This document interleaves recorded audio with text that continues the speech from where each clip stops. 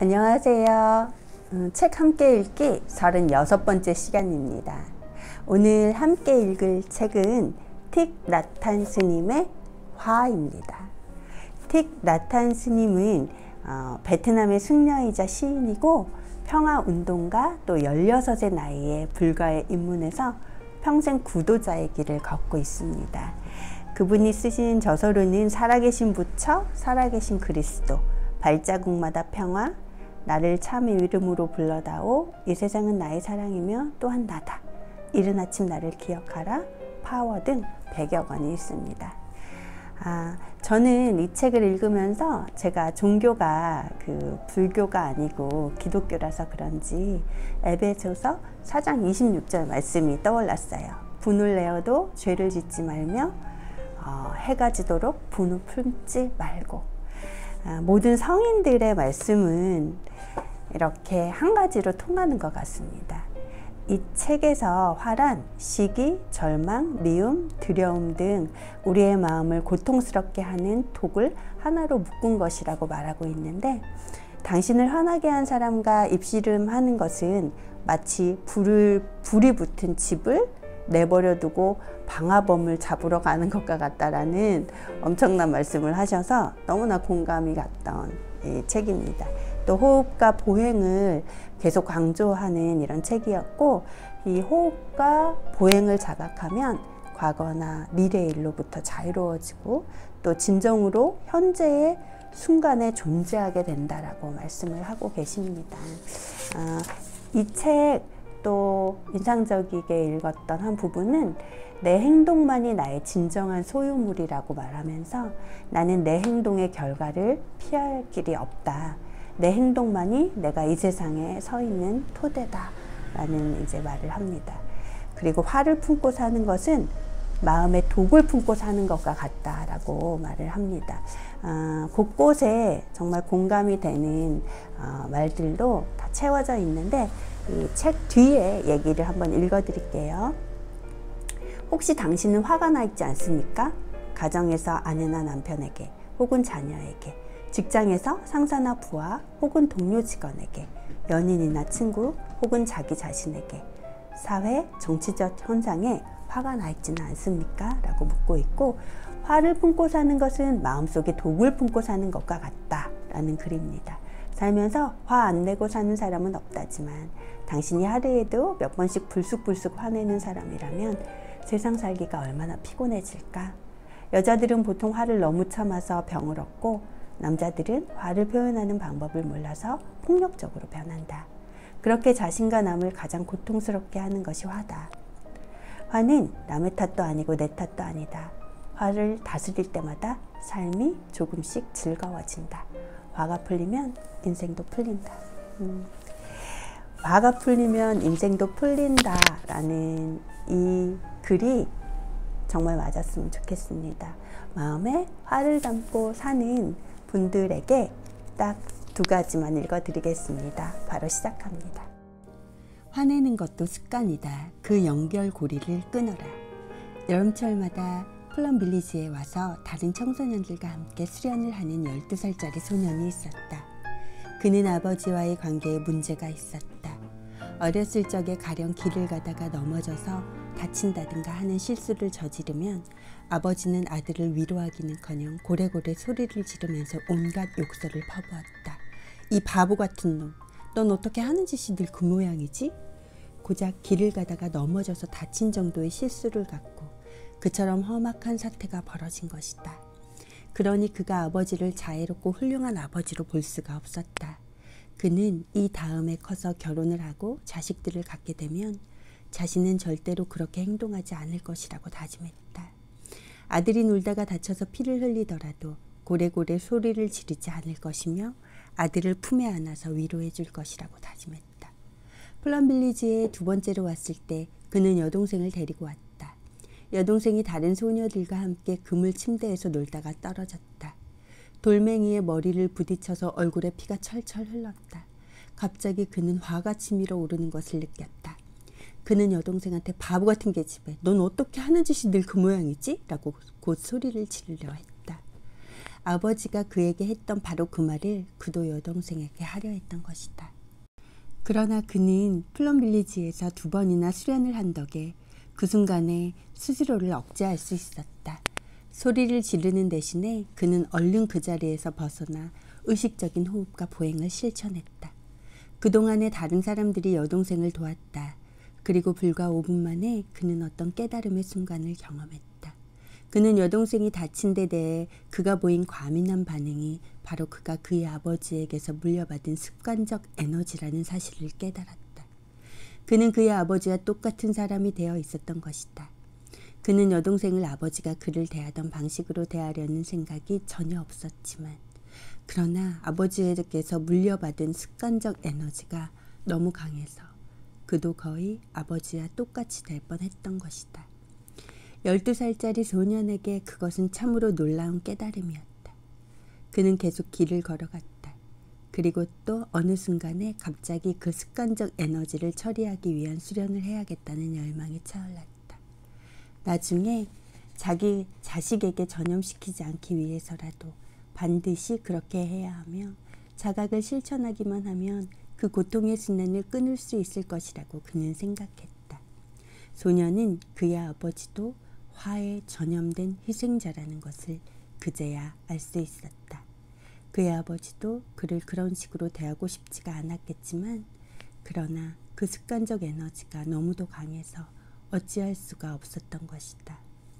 아버지도 역시 전염된 희생자였으리라는 통찰이 오자 아버지에 대한 그동안의 화가 말끔히 사라졌다. 그리고 몇 분 후 그는 갑자기 당장 집으로 돌아가서 아버지와 함께 수련을 하고 싶다는 생각이 간절해졌다. 12살짜리 소년으로서 그것은 참으로 대단한 깨달음이 아닐 수 없었다. 다른 사람의 고통을 이해할 때 우리는 그를 응징하려는 생각을 버리고 오히려 돕고자 하는 마음을 가질 수 있다. 그 순간에 우리는 자신의 수련이 성공했다는 것을 알게 된다. 우리는 이제 훌륭한 정원사가 된 것이다. 우리 모두의 몸속에는 꽃밭이 있으며 모든 수련자는 자신에게로 돌아가서 그 꽃밭을 가꾸어야 한다.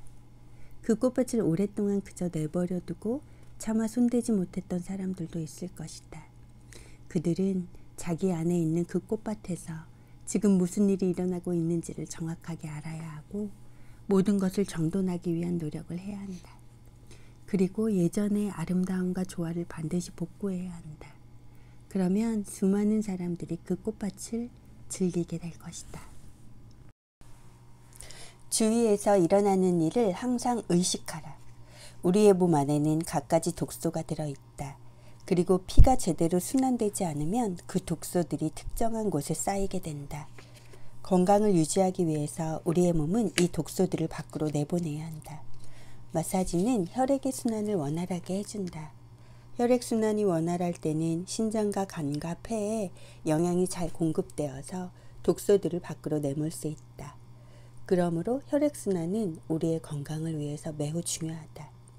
물을 많이 마시고 심호흡을 자주 하면 피부와 폐와 소변과 대변을 통해서 독소들이 잘 배출된다. 마찬가지로 우리 마음속에 들어있는 고통과 슬픔과 절망의 장벽도 말하자면 일종의 독이다. 그 독을 감싸 안아서 변화시키기 위해서 우리는 자각을 실천해야 한다. 자각의 에너지로 고통과 슬픔을 감싸 안는 것은 곧 우리 몸의 아픈 곳을 마사지하는 것이나 마찬가지다. 혈액순환이 원활하지 않으면 우리 몸의 기관들이 제대로 기능을 하지 못하고 몸이 병들게 되듯이 정신이 제대로 순환하지 못하면 우리의 마음에도 병이 들게 된다. 자각은 우리의 정신이 고통의 장벽들을 넘어서 순조롭게 순환하도록 도와주는 에너지다. 자각은 화나 절망과 맞서 싸우기 위한 것이 아니다. 자각은 깨달음을 얻기 위한 것이다. 우리가 무언가를 자각한다는 것은 지금 이 순간에 일어나고 있는 일을 의식하고 있다는 것을 의미한다. 자각은 현재의 순간에 일어나고 있는 일을 정확히 깨닫는 능력이다. 숨을 들이쉴 때 나는 지금 내가 화가 나 있다는 사실을 깨닫는다. 숨을 내쉴 때 나는 지금 그 화를 보고 미소를 짓는다.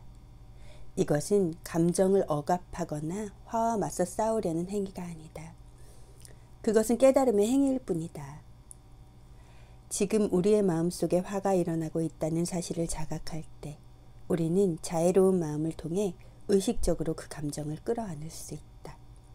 실내가 추우면 우리는 히터를 켠다. 그러면 히터가 뜨거운 바람을 방 안 가득 퍼뜨린다. 실내를 따뜻하게 하기 위해서 굳이 차가운 공기를 밖으로 내몰 필요는 없다. 차가운 공기가 뜨거운 공기에 안겨서 따뜻해진다. 둘 사이엔 전혀 싸움이 일어나지 않는다. 우리는 바로 그 같은 방식으로 화를 보살펴야 한다. 자각은 화가 지금 마음속에 있다는 것을 확인하고 그것을 있는 그대로 받아들이는 것이다. 자각은 어린 동생의 고통을 억압하지 않는 큰형과도 같다. 형은 이렇게 말할 것이다. 아우야, 네 곁엔 내가 있단다. 그리고 어린 동생을 품에 안고 달래줄 것이다. 이것이 바로 우리가 실천해야 할 행동이다. 아기가 울 때마다 화가 나서 마구 때리는 어머니가 있다고 가정해보자. 그 어머니는 자기의 아기가 한 몸이라는 사실을 모른다. 우리는 누구나 우리 마음속에 있는 화의 어머니다. 그러므로 우리는 그 아가를 보살펴야 할 뿐 맞서 싸우거나 억압해서는 안 된다. 우리의 마음속에는 화만 있는 게 아니라 애정도 있다. 명상은 싸움을 위한 것이 아니다. 명상은 무엇과 맞서 싸우기 위한 것이 아니라 그것을 끌어안아서 변화시키기 위한 것이다. 우리는 깨달음이라는 나무를 크게 자라게 하기 위해서 고난과 고통을 잘 이용해야 한다. 그것은 마치 연꽃을 피워내는 것과도 같다. 우리는 돌 위에 연꽃이 피어나게 할 수는 없다. 연꽃을 피우려면 반드시 진흙이 있어야 한다. 명상을 실천하는 사람들은 마음속의 장벽이나 올가미를 거부하지 않는다. 우리는 우리의 마음을 선과 악이 맞서 싸우는 전쟁터로 만들어서는 안 된다. 우리는 고난과 두려움, 화와 시기를 더없이 자애로운 마음으로 어루만져 주어야 한다. 마음속에서 화가 일어날 때 우리는 당장 의식적인 호흡을 실천해야 한다. 숨을 들이쉴 때 나는 지금 내 마음속에 화가 있다는 것을 안다. 숨을 내쉴 때 나는 그 화를 잘 보살핀다. 우리는 마치 어머니가 아기를 돌보듯 화를 돌봐야 한다. 숨을 들이쉴 때 나는 지금 내 아기가 울고 있다는 걸 안다. 숨을 내쉴 때 나는 내 아기를 잘 보살핀다. 이것이 바로 애정과 연민을 실천하는 것이다. 스스로를 애정으로 보살피는 방법을 모르고서 어떻게 타인을 애정으로 돌볼 수 있을 것인가. 마음속에서 화가 일어날 때는 의식적인 호흡과 보행을 지속적으로 실천함으로써 자각의 에너지가 생성되게 해야 한다. 마음속에 차올라 있는 화의 에너지를 부드럽게 감싸 안아야 한다. 그럴 때는 화가 한동안 마음속에 머물러 있다 하더라도 우리는 안전할 수 있다. 우리 마음속에 부처가 있어서 화를 보살피도록 도와주기 때문이다. 자각의 에너지는 부처의 에너지다. 의식적으로 호흡을 하고 의식적으로 화를 끌어안고 있으면 우리는 부처의 보호를 받고 있는 셈이 된다. 거기에는 한 점의 의심의 여지도 없다. 부처가 넓은 자비심으로 우리와 우리의 화를 감싸 안고 있는 것이다. 이것으로 책 함께 읽기 36번째 시간 마칩니다. 화를 품지 않고 설날 보내시길 바랍니다. 끝까지 들어주셔서 감사합니다.